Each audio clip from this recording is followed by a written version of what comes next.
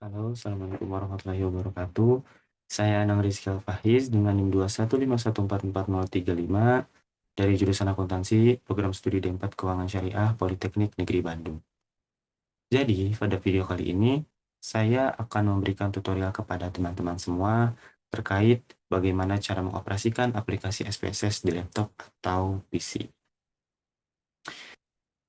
Jadi SPSS ini adalah aplikasi komputer untuk menganalisis data statistik.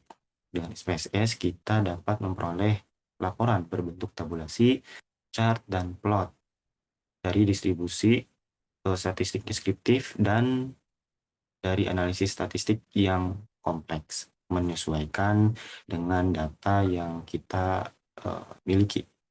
Itu. Karena aplikasi SPSS ini merupakan aplikasi pengolah data, langkah pertama yang harus kita lakukan adalah tentunya mencari data. Dan di sini saya telah memperoleh data. Nah, di sini saya telah memperoleh data laporan laba rugi Bank BJB Syariah di tahun 2019 dan tahun 2020, di mana laporan laba rugi ini saya peroleh dari website Bank BJB Syariah itu sendiri. Nah, laporan laba rugi ini saya akan analisis menggunakan aplikasi SPSS Syariah, menggunakan metode atau salah satu tools yang ada di SPSS, yaitu menggunakan metode paired sample t-test atau uji T berpasangan. Mengapa saya melakukan pengujian tersebut? Karena saya ingin mengetahui apakah laba rugi Bank BJB Syariah di tahun 2019 dan tahun 2020 itu memiliki nilai yang identik atau berbeda secara nyata. Dan juga saya ingin mengetahui apakah terjadi kenaikan atau penurunan di laba rugi tahun 2020 terhadap 2019, seperti itu. Nah, langsung saja kita ke aplikasi SPSS-nya. Nah, ini merupakan tampilan paling awal dari aplikasi SPSS, di mana tampilan ini mirip-mirip seperti Excel. Di sini ada kolom, di sini ada baris, di sini juga ada menu-menu yang kita perlukan atau kita butuhkan untuk menganalisis. Di bawah ada dua sheet, ada data view dan juga ada variable view. Nah, menu-menu di sini itu merupakan menu-menu yang akan memudahkan kita dalam menganalisis suatu data. Dan di menu analyze ini merupakan menu yang paling sering digunakan di aplikasi SPSS ini, di mana di sini terdapat banyak sekali tools yang kita bisa gunakan untuk menganalisis data-data statistik seperti itu. Kemudian di bawah di sini ada dua sheet. Yang pertama ada data view dan yang kedua ada variable view. Data view ini sesuai namanya yaitu sheet untuk melihat data yang kita miliki. Kemudian di variable view ini adalah sheet untuk mengedit atau mengubah, mengutak-atik data view. Nah, di sini saya memiliki, ini adalah data yang tadi ini data laporan laba rugi yang tadi ada di Excel ya teman-teman. Saya pindahkan untuk diolah di aplikasi SPSS ini. Nah, langkah pertama sebelum kita menguji data ini menggunakan metode paired sample t-test, hal yang pertama harus kita lakukan adalah menguji apakah data yang kita miliki ini adalah data yang normal atau tidak. Data yang parametrik atau non-parametrik, yaitu uji normalitas atau pengujian apakah data yang kita miliki ini normal atau tidak itu berfungsi sebagai alat yang nantinya akan menentukan pengujian berikutnya. Apakah kalau misalkan kita memiliki data yang normal, itu uji yang dilakukan adalah uji paired sample t-test. Sedangkan kalau kita misalkan data yang kita miliki ini adalah data yang tidak normal, menggunakan perlakuan yang berbeda, menggunakan metode lain, yaitu Wilcoxon Sign Rank Test, seperti itu. Nah, maka pertama kita uji normalitas terlebih dahulu. Caranya, teman-teman bisa pergi ke Analyze, kemudian pilih Descriptive Statistics, lalu klik Explore. Nah, di sini muncul kotak dialog Explore. Teman-teman bisa pindahkan dua data ini di tahun 2019 dan 2020 ini, pindahkan ke kotak dependent list. Pindahkan saja, klik datanya, kemudian klik panah, satunya juga, klik juga, pindahkan. Nah, seperti ini. Kemudian klik plots. Di kotak dialog Explore Plots, teman-teman bisa centang Normality Plots with Test. Seperti ini. Selanjutnya klik Continue, lalu klik OK. Biarkan aplikasinya itu berjalan. Tunggu beberapa detik.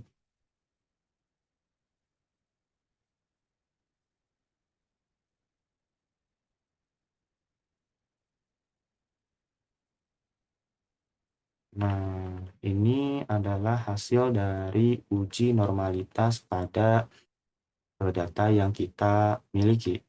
Seperti itu. Langsung saja teman-teman fokus ke tabel test of normality-nya. Perlu teman-teman ketahui bahwa data yang normal itu adalah data yang memiliki tingkat signifikansi lebih dari 0,05. Kita lihat dari mana tingkat signifikansinya. Kita lihat dari sini. Sig, dan juga di sebelah kanan juga ada sig di sini. Nah, dari tabel ini kita dapatkan informasi bahwa menurut tabel Kolmogorov-Smirnov, tingkat signifikansi Bank BJB Syariah di tahun 2019 dan tahun 2020 itu 0,2. Di sini 0,2 itu memiliki tingkat yang lebih dari 0,05. Sehingga bisa kita simpulkan sementara bahwa Bank BJB, data yang kita miliki itu adalah data yang normal. Nah, kemudian yang kedua, di tabel Shapiro-Wilk ini, kita memiliki tingkat signifikansi Bank BJB Syariah di tahun 2019 0,8, dan di tahun 2020 kita memiliki 0,3. Nah, dari data tabel Shapiro-Wilk ini juga kita memiliki informasi bahwa tingkat signifikansinya itu lebih dari 0,05. Jadi dapat kita simpulkan bahwa data yang kita miliki ini adalah data yang normal, sehingga pengujian selanjutnya yaitu menggunakan uji paired sample t-test. Nah, langsung saja kita masuk ke pengujiannya.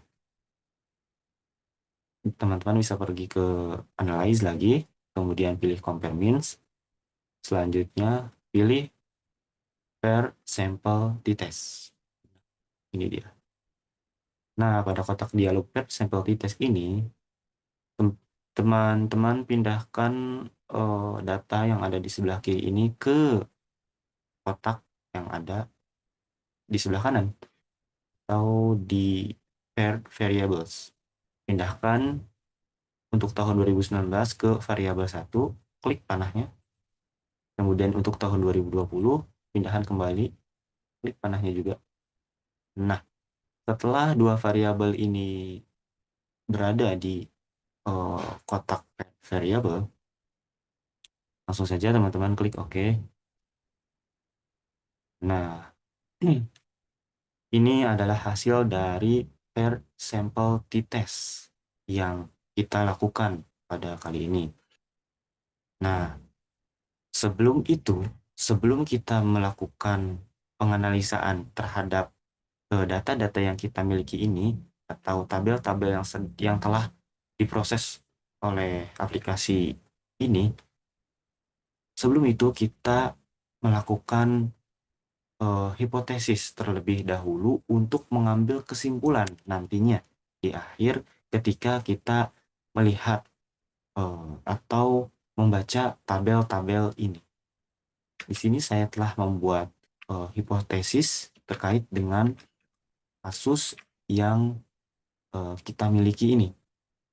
Jadi hipotesis yang saya ambil yaitu pada H0 dan juga HA, di mana H0 saya artikan sebagai kedua rata-rata nilai adalah identik atau rata-rata nilai laba rugi tahun 2019 dan tahun 2020 adalah tidak jauh berbeda secara nyata.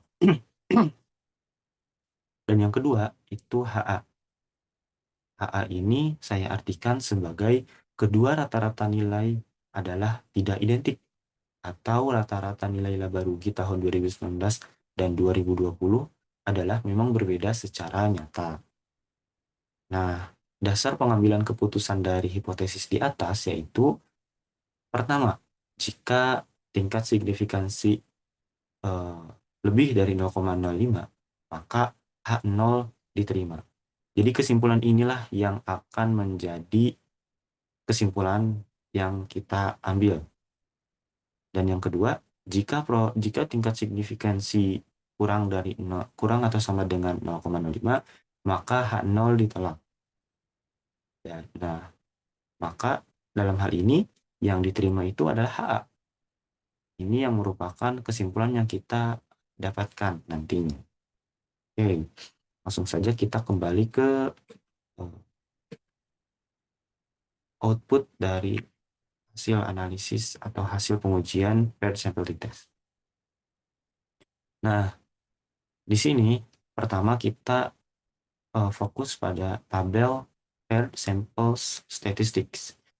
Di sini kita mendapatkan informasi bahwa pada tahun 2019, laba rugi Bank BJB Syariah memiliki nilai rata-rata 11,23 dari 12 bulan dan standar deviasinya itu 6,19187. Di sini untuk tahun 2020 memiliki nilai rata-rata 12,2987 dengan jumlah bulan yaitu 12. Ini N adalah jumlah data yang kita miliki, yaitu 12 bulan. Bisa kita lihat dari rata-rata ini, kesimpulan yang pertama, bahwa di tahun 2020, Bank BJB Syariah mengalami kenaikan laba rugi dibandingkan 2019. Gitu. Nah, langkah kedua, kita melihat ke tabel paired sample test. Nah, dari tabel ini, kita memiliki informasi bahwa tingkat signifikansi laba rugi Bank BJB Syariah di tahun 2019 dan tahun 2020 itu memiliki nilai 0,48, di mana 0,48 ini adalah nilai yang lebih dari 0,05 seperti hipotesis yang kita buat tadi. Nah, jadi apa kesimpulannya kita ambil? Karena nilai yang kita miliki itu lebih dari 0,05, maka yang diterima adalah H0. Dan kesimpulan yang kita dapatkan yaitu kedua rata-rata nilai adalah identik atau rata-rata nilai laba rugi tahun 2019 dan 2020 adalah tidak jauh berbeda secara nyata. Itu. Nah, dari pengujian kali ini kita dapat simpulkan dua. Yang pertama, di tahun 2020 Bank BJB Syariah memiliki kenaikan laba rugi dibandingkan tahun 2019, yaitu 12,2987 untuk tahun 2020. Nah, kemudian Kemudian kesimpulan yang kedua, ternyata nilai yang dimiliki oleh Bank BJB Syariah di tahun 2019 dan tahun 2020, nilai laba ruginya itu tidak jauh berbeda, atau bisa dibilang juga identik atau tidak jauh berbeda secara nyata, seperti itu.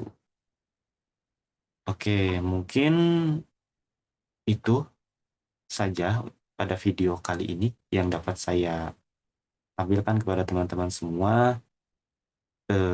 Tadi pertama terkait dengan apa itu SPSS, kemudian kita juga telah mendapatkan data dari laporan laba rugi Bank BJB Syariah di tahun 2019 dan tahun 2020.